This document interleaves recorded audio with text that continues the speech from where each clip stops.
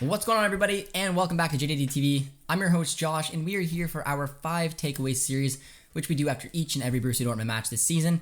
And we're taking a look at the Klassiker, the one we just saw that Dortmund lost at home 3-2 to Bayern to now be 4 points behind them in the league table and could honestly decide the title already. We're going to get into it. Hopefully you guys like this series. If you do, be sure to drop a like on the episode now. Drop a sub if you guys are new around here. Let's get into the episode now. Alright guys, so if you were on the watch along, you know how I am with Bayern games. It's a lot of emotion, it's a lot of up and down, and it is just torture. It is absolutely torture putting our Dortmund fans through this every single time. Now my first takeaway, guys, is going to be this psychological hump that we can't get over. Fans, players, everyone associated with Borussia Dortmund can't get over. We've lost 7 competitive matches in a row to Bayern. That is unbelievable, and we find unbelievably terrible ways to do it. Bayern were not that great in today's match. I'm not saying, I thought Dortmund were decent. I thought Dortmund could have won this. It could have went 50-50, and the goals that we've conceded is like grabbing a gun and shooting ourselves in the foot.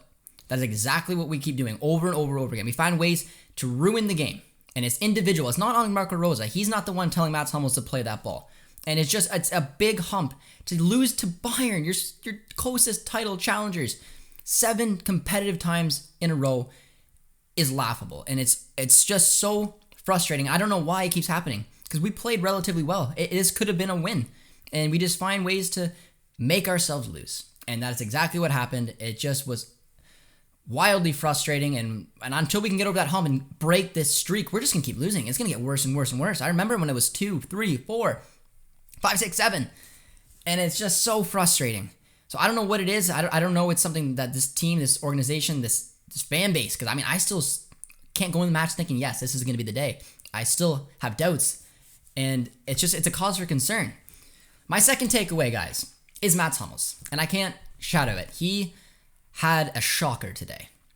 Someone so experienced and so gifted on the ball, where his strength is so gifted, to be in a game of this magnitude after being up so well. 1-0, exactly what you want at home, to play a ball as poorly as that in, to just gift Bayern a goal.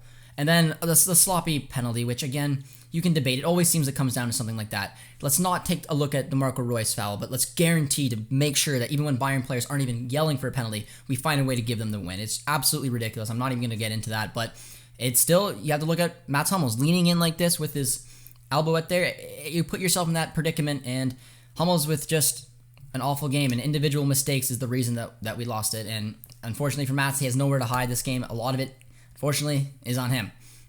My third takeaway, guys, is going to be Erling Haaland, and I do want to sprinkle in some love in here, because the kid is so good. This is an interesting way, because there were spurts of domination from both sides, but we were playing really Route 1 football. It was a lot of kick and run. Look for Haaland. Look for Upamecano did very well getting him today, but you still couldn't stop him. He's always there to create opportunities, to create chances, and he did that once again really well, taking goal with his right foot, always getting up as a chance. And I want to put this question here, because it's not my place to say what the medical staff or the coaching should do with Erling Haaland. It is not my place. But if I'm Marco Rose and you're going to play him 80 minutes, because usually when players come back, you look around that 60, 75-ish, get their feet wet.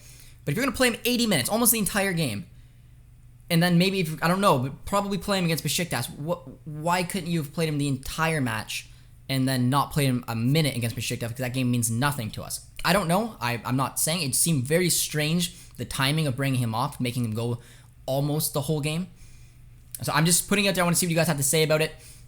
And on top of that, once he came off, we really didn't look like we were going to produce anything. My fourth takeaway is I got to give some love to Brandt as well. Brandt was spectacular. It's a shame he had to go off. We wish him best. I want to give him a lot of love from us here from JJD TV, because he was spectacular. His form has been just flawless, and on top of that, he had a great game, scored a goal, and picked up a hopefully not too serious of injury, and it was scary stuff, but he gets our best wishes, and we hope he comes back okay as well there, guys. And guys, my fifth and final takeaway is going to be reaction. I said how much this game mattered. I didn't even want to draw. I didn't even want to settle for a draw. I wanted the 3 points to leapfrog Bayern, to make this Bundesliga title a challenge, to go all the way, and now we're 4 points behind. We need Bayern to slip up twice, which there's a big gap between the top couple teams, and we've lost 7 competitive matches to them.